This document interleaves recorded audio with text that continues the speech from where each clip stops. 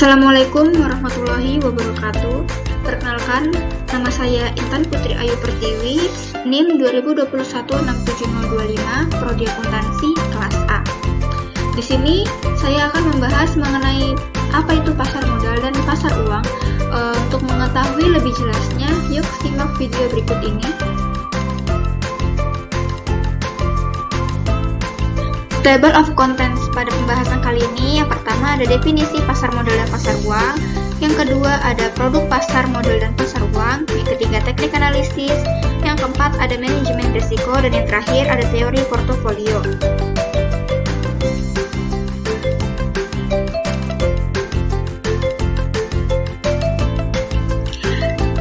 Yang pertama ada definisi pasar modal dan pasar uang, di mana pasar modal adalah pasar yang memperjualbelikan berbagai instrumen keuangan atau sekuritas jangka panjang yang jangka waktunya itu lebih dari 1 tahun seperti saham, obligasi, dan instrumen keuangan lainnya.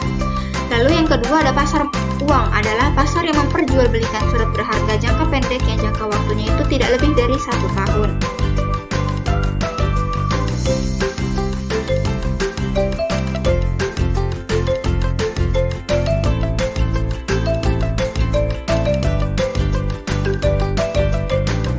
Selanjutnya ada produk pasar modal dan pasar uang. Produk pasar modal yang pertama ada saham, obligasi, dan juga reksadana. Nah, di pasar uang produknya ada surat berharga, deposito, rekening tabungan, serta valuta asing yang diperjualbelikan di pasar uang.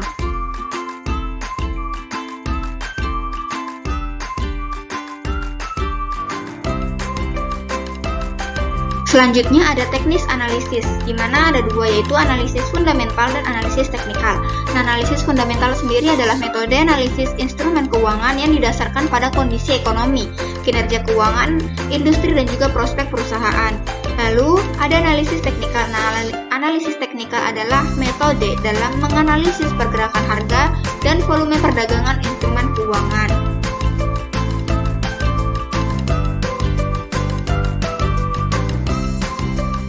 Selanjutnya ada jenis analisis fundamental dan teknikal. Analisis fundamental ada dua, yaitu analisis kualitatif dan analisis kuantitatif. Analisis kualitatif itu melibatkan penilaian terhadap faktor-faktor non-angka yang dapat mempengaruhi kinerja perusahaan seperti manajemen, strategi bisnis, reputasi merek, dan kondisi industri.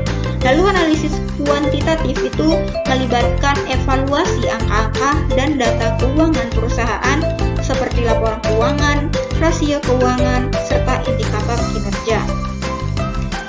Selanjutnya ada analisis teknikal.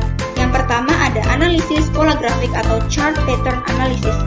Metode ini itu melibatkan pengamatan terhadap pola-pola yang terbentuk pada grafik harga seperti pola head and shoulders, double top, atau ascending triangle.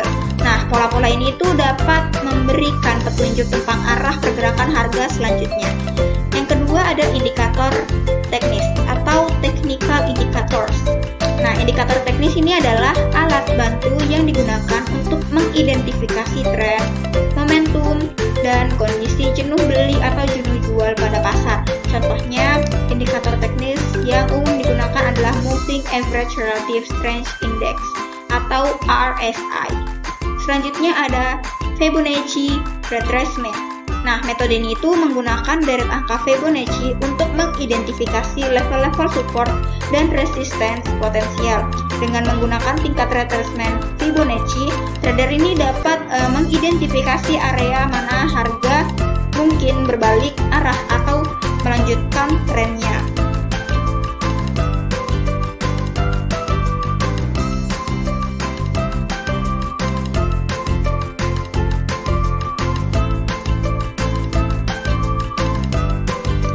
Kemudian ada manajemen risiko, di mana manajemen risiko adalah suatu usaha untuk mengetahui, menganalisis, serta mengendalikan risiko dalam setiap kegiatan perusahaan dengan tujuan untuk memperoleh efektivitas dan efisiensi yang lebih tinggi. Nah, selanjutnya ada tujuan manajemen risiko. Yang pertama ada melindungi nilai aset, mengurangi kerugian potensial, meningkatkan keputusan bisnis yang lebih baik, serta meningkatkan kinerja organisasi secara keseluruhan. Lalu yang kedua ada jenis-jenis risiko dalam berinvestasi. Yang pertama ada ada risiko sistematis dan risiko tidak sistematis, di mana risiko sistematis adalah risiko yang terkait dengan kondisi pasar secara keseluruhan dan tidak dapat dihindari oleh investor. Nah, contohnya itu risiko perubahan suku bunga. Selanjutnya ada risiko tidak sistematis. Ini tuh adalah risiko yang terkait dengan perusahaan atau sektor tertentu dan dapat dihindari dengan diversifikasi portofolio. Lalu yang kedua ada risiko pasar dan risiko kredit. Risiko pasar sendiri adalah risiko yang timbul akibat fluktuasi harga aset atau instrumen keuangan di pasar.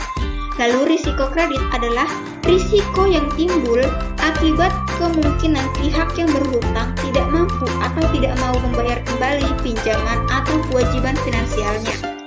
Dan yang ketiga ada risiko likuiditas dan risiko operasional. Risiko likuiditas adalah risiko ketidakmampuan untuk membeli atau menjual aset atau instrumen keuangan dengan cepat tanpa mengalami kerugian signifikan.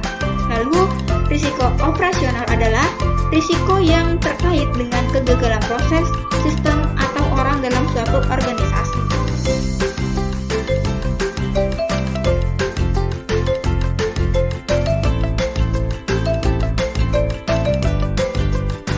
Selanjutnya, di manajemen risiko itu terdapat tools dan teknik manajemen risiko. Yang pertama ada diversifikasi portofolio atau asset allocation.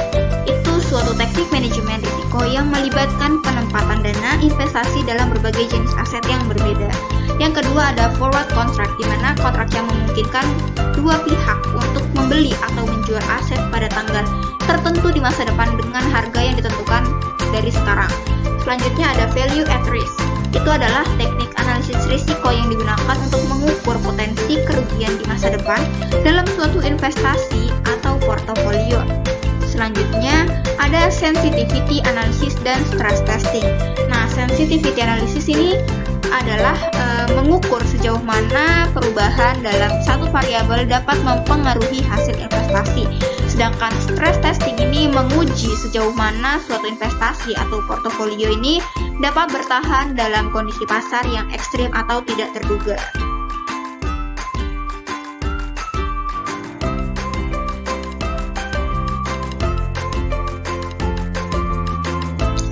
Pembahasan yang terakhir itu di video kita ini ada teori portofolio, yaitu teori yang menunjukkan sekumpulan surat berharga atau aset yang dimiliki oleh seorang investor. Nah, pembentukan portofolio ini itu yang pertama itu dimulai dengan tujuan investasi yang jelas dan strategi investasi yang baik. Selanjutnya kalau diversifikasi portofolio, ini tuh merupakan praktik umum di mana investor ini membeli berbagai jenis sekuritas dalam portofolio mereka dan menempatkannya dalam berbagai aset mereka. Lalu strategi apa sih yang baik saat berinvestasi di pasar modal dan pasar uang? Yang pertama itu ada menabung secara rutin, di mana ini tuh menekankan pentingnya menyisihkan sejumlah uang secara teratur untuk berinvestasi. Lalu yang kedua ada diversifikasi portofolio, yaitu strategi ini tuh mengadvokasi memiliki beragam investasi untuk mengurangi risiko yang dimiliki. Selanjutnya ada melakukan riset dan gunakan rasio keuangan. Nah, ini tuh menyarankan agar investor melakukan penelitian menyeluruh dan menggunakan rasio keuangan dalam pengambilan keputusan investasi mereka. Selanjutnya yang keempat ada fokus pada investasi jangka panjang dan menjaga emosi. Ini mengingatkan investor untuk mempertahankan perspektif jangka panjang dan mengendalikan emosi mereka saat berinvestasi. Lalu yang terakhir ada menerapkan strategi buy and hold, di mana strategi ini menyarankan untuk membeli dan memegang aset investasi untuk jangka waktu yang lama.